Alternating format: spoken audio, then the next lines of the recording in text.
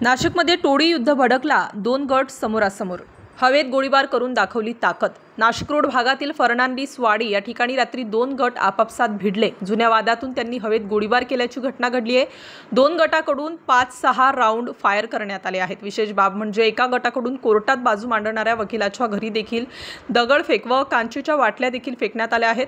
Nashik road भागात फर्नांडिस वाडी येथे काल रात्री बेद आणि जॉनवॉल गँग समोरासमोर येऊन एकमेकांच्या दिशेने फायरिंग केली. जवळपास 15 ते 20 राऊंड दोन्ही गटाकडून बाहेर करण्यात आल्याचा अनेक नागरिकांनी सांगितलं आहे.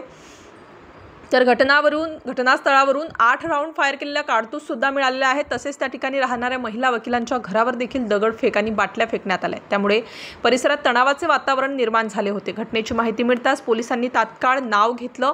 3 संशयितांना ताब्यात घेतलं आहे. एकूणच वर्चस्वाच्या वादातून गँगवॉर भडकल्याने टोळी युद्ध थांबण्याचा आणि गुन्हेगारांवर कठोर कारवाई करण्याचं मोठं आव्हान पोलिसांसमोर उभं राहिलं आहे. ओके.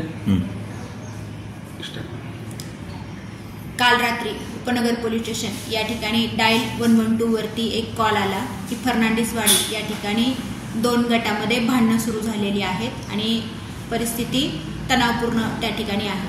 त्या अनुषंगाने नाईटचे जे अधिकारी आहेत, PSI सोनवणे आणि DB स्टाफ घटनास्थळी गेले असता त्या ठिकाणी परिस्थिती बघितली आणि आजूबाजूच्या लोकांना विचारपूस केली असता असे कळाले की रोहित डिंगम व त्याची गँग आणि राहुल उज्जैनवाल आणि त्याची गँग यांच्यामध्ये एकमेकांमध्ये क्रॉस फायरिंग त्या ठिकाणी झालं होतं आणि एकमेकांमध्ये वर्चस्वावरून तू माझ्या भागामध्ये का आलास, या ठिकाणी कशासाठी येतोस, या साधारणतः वर्चस्वाच्या ह्याच्यातून कालचं फायरिंग झाल्याचं लक्षात झालेलं आहे. नेमकं वकिलाच्या घरावर काय करण्याचं कारण?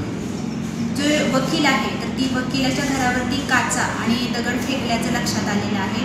ही वकील हे राहुल उज्जैनवाल याच्या बाबतीमधल्या ज्या काही केसेस आहेत त्याच्यामध्ये ती केसेस घेत असते. मॅडम, किती राऊंड फायर झाले आणि किती लोकांना ताब्यात घेतलं काय आहे का? सुरुवातीला 5 राऊंड फायर झाल्याचं लक्षात आलेलं आहे. त्याचे रिकामे कारतूस मिळून आलेले आहेत आणि आता सध्या 3 संशयित ताब्यात आहेत. स्टार न्यूजसाठी मोहसिन पठाण, नाशिक.